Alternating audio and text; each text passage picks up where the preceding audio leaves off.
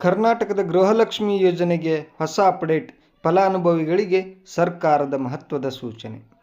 ನಮಸ್ಕಾರ ಸ್ನೇಹಿತರೆ, ಕರ್ನಾಟಕ ಸರ್ಕಾರದ ಗೃಹಲಕ್ಷ್ಮಿ ಯೋಜನೆ ಬಗ್ಗೆ ಹೊಸ ಅಪ್ಡೇಟ್ ಹೊರಬಿದ್ದಿದೆ. ರಾಜ್ಯ ಸರ್ಕಾರ ಗೃಹಲಕ್ಷ್ಮಿ ಯೋಜನೆಯ ಫಲಾನುಭವಿಗಳ ಪಟ್ಟಿಯನ್ನು ಮರುಪರಿಶೀಲನೆ ಮಾಡಲು ಆರಂಭಿಸಿದೆ. ಇತ್ತೀಚೆಗೆ ನಡೆದ ಪರಿಶೀಲನೆಯಲ್ಲಿ ಲಕ್ಷಾಂತರ ಅನರ್ಹ ಫಲಾನುಭವಿಗಳು ಯೋಜನೆಯ ಹಣ ಪಡೆಯುತ್ತಿರುವುದು ಪತ್ತೆಯಾಗಿದೆ. ಕೆಲವು ಪ್ರಕರಣಗಳಲ್ಲಿ ಮೃತಪಟ್ಟ ವ್ಯಕ್ತಿಗಳ ಹೆಸರಿನಲ್ಲಿಯೂ ಹಣ ಜಮೆಯಾಗುತ್ತಿರುವುದು ಸರ್ಕಾರದ ಗಮನಕ್ಕೆ ಬಂದಿದೆ.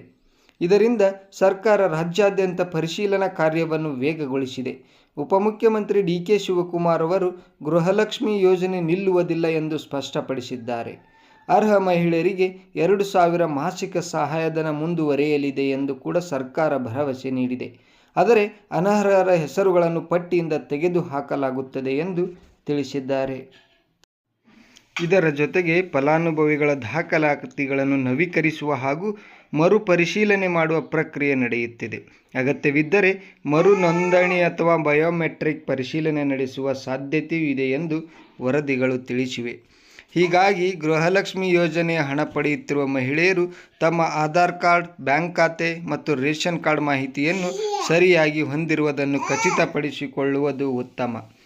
ಒಟ್ಟಾರೆ ಗೃಹಲಕ್ಷ್ಮಿ ಯೋಜನೆ ಮುಂದುವರಿಯಲಿದೆ. ಆದರೆ ಅನರ್ಹ ಫಲಾನುಭವಿಗಳಿಗೆ ಮಾತ್ರ ಹಣ ತಲುಪುವಂತೆ ಸರ್ಕಾರ ಹೊಸ ಪರಿಶೀಲನಾ ಕ್ರಮಗಳನ್ನು ಕೈಗೊಂಡಿದೆ. ಪ್ರಿಯ ಮಿತ್ರರೇ, ಈಗ ಇತ್ತೀಚೆಗೆ ಡಿ.ಕೆ. ಶಿವಕುಮಾರ್ ಅವರು ಒಂದು ಮಾಹಿತಿಯನ್ನು ಹಂಚಿಕೊಂಡಿದ್ರು. ಅದೇನಪ್ಪ ಅಂದ್ರೆ, ಹೊಸದಾಗಿ ಅರ್ಜಿಯನ್ನು ಹಾಕಬೇಕಂತ ಹೇಳಿ ಅವರು ನಿರ್ಧಾರ ಮಾಡಿದ್ದರು. ಆದರೆ ಜನರ ತುಂಬ ವಿರೋಧ ಬಂದಿರುವುದರಿಂದ ಅವರು ಅದನ್ನು ಅಲ್ಲಿಗೆ ಕೈಬಿಟ್ಟು ಈಗ ಮರುಪರಿಶೀಲನೆ ಮಾಡುವ ಉದ್ದೇಶವನ್ನು ಹೊಂದಿದ್ದಾರೆ.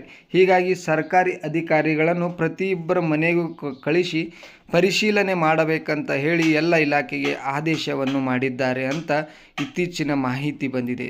ಹಾಗಾಗಿ ಯಾರೂ ಭಯಪಡುವ ಅಗತ್ಯವಿಲ್ಲ.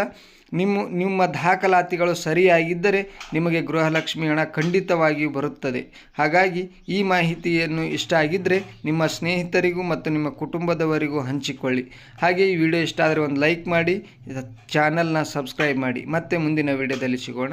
ಧನ್ಯವಾದಗಳು.